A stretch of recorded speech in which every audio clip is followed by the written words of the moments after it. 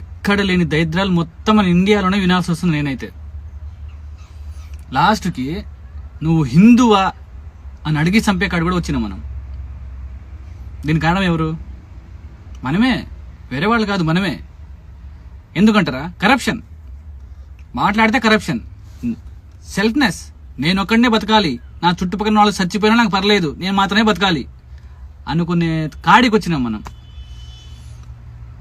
ఇప్పుడు 27 మందిని చంపాడాడు, మూటా ఉంది, చంపారు, అడిగి మరీ చంపారు. క్లియర్ కట్ చెప్తున్నా, అక్కడ ప్రతి ఒక్క మాటలో తెలుస్తుంది మనకి. అడిగి మరీ చంపడం, పాయింట్లు తీసి చూసి మరీ చంపారు. అంటే వచ్చినోడు ఎవడు?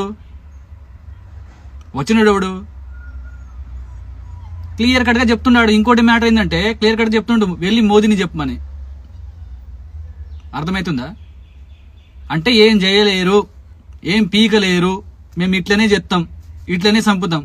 అరే మన కాశ్మీర్లో వచ్చి చంపి రేపు మన ఢిల్లీ కూడా రావచ్చు, మన హైదరాబాద్కి రావచ్చు, మీ ఇంటికి కూడా రావచ్చు. దానికి కారణం ఎవరు?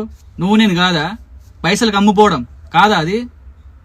అరే ఆడదాకేందుకు, రేపు నీకు 10 లక్షలు ఇస్తాం, మీ అమ్మని చంపేయమంటే చంపేస్తావు నువ్వు, అంతేగా. ఛా, ఈ ఇంకా ఎన్ని ఘోరాలు చూడాలి వస్తుందని నా మీద నాకే ఆయాసం వేస్తాను తెలుసా. పక్కనూరు